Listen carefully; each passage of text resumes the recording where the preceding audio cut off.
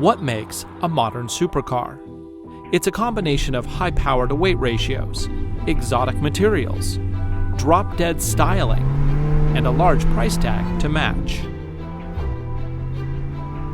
This is the 4C from Alfa Romeo. It's the first US-bound vehicle from the Italian maker in almost 20 years. And at first blush, it seems to have all the credentials necessary to make a proper supercar.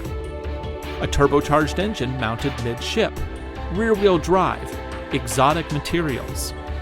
The cabin is wrapped in Italian leather, and the brakes are appropriately oversized. This hot little Italian does lack one key supercar ingredient, however, and that's the price. You can take it home for less than the price of a BMW M3. So what are you giving up? Well, power for one. The 1.75-liter four-cylinder features both direct injection and a turbocharger to produce 237 horsepower and 258 pound-feet of torque. Good, but shy of modern supercar standards.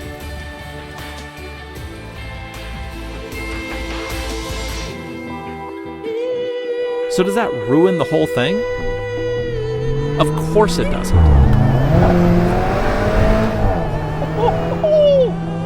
That's because the 4C weighs less than 2,500 pounds in US spec trim. This is accomplished thanks to extensive use of carbon fiber and aluminum. Thanks to this weight savings, Alfa claims the 4C sprints from 0 to 60 in a scant 4.5 seconds. That's faster than a Porsche Cayman S. Now about the price. The 4C starts at $55,000. The model we're driving today is optioned up to $65,000. That includes optional leather interior and a convenience package. Then there's the red paint. It's an extra $1,500. Gotta fold myself in here. So this car made its debut at the Geneva Auto Show in 2011. 2 years later, and Alfa had already put it into production, although not for the US market. However, since Alfa is related to Fiat, and Fiat is making big moves in the US with its 500C, well, it was just a matter of time before new Alfas started to make it to North America. So, key, standard traditional key.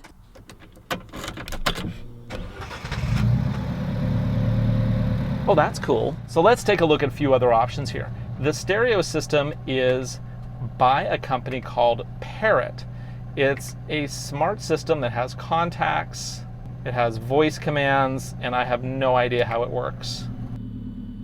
But forget the stereo, and instead listen to the racing exhaust.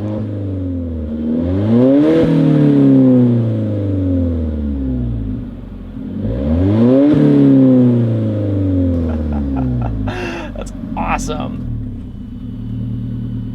Down here, there's a control where you can go into dynamic mode, which would be like a track day special mode.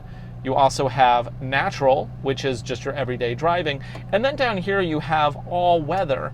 That is, of course, to minimize slip. This is a rear-wheel drive, rear-engine car, and that makes for some interesting dynamics in slippery weather. So let's talk about the seating position. Super comfortable. I'm 6'1". I have just enough headroom for day-to-day driving. Probably not quite enough room if I wanted to put a helmet on for a track day. It has leather bolsters, fits great. I kind of like these straps on the doors, is pretty neat. And really, carbon fiber everywhere.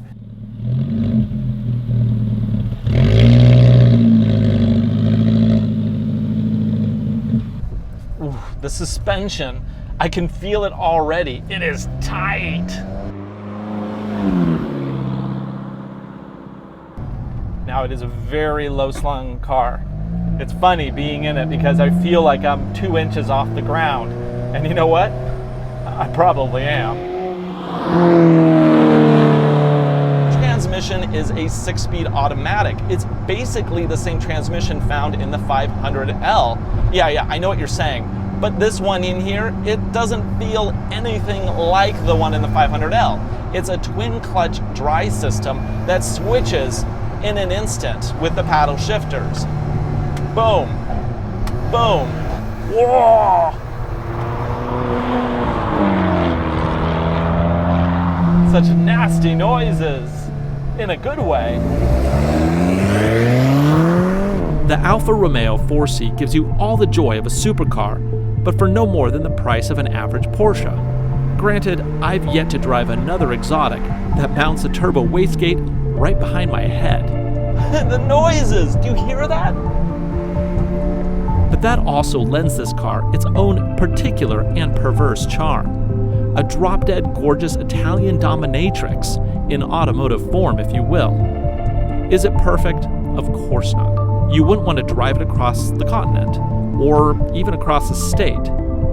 In spite of the respectable 34 miles to the gallon highway rating, it's much too loud and stiffly sprung to make the trip enjoyable. Also, there's the trunk. It's barely big enough to even call it a trunk. It only fits a single carry-on size bag. And about that horsepower. It doesn't have an insane amount of horsepower, but when you have handling like this, you just don't need it.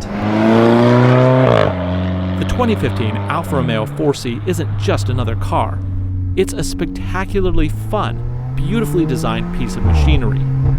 Yes, you can buy a Porsche for about the same amount of money. But really, why would you?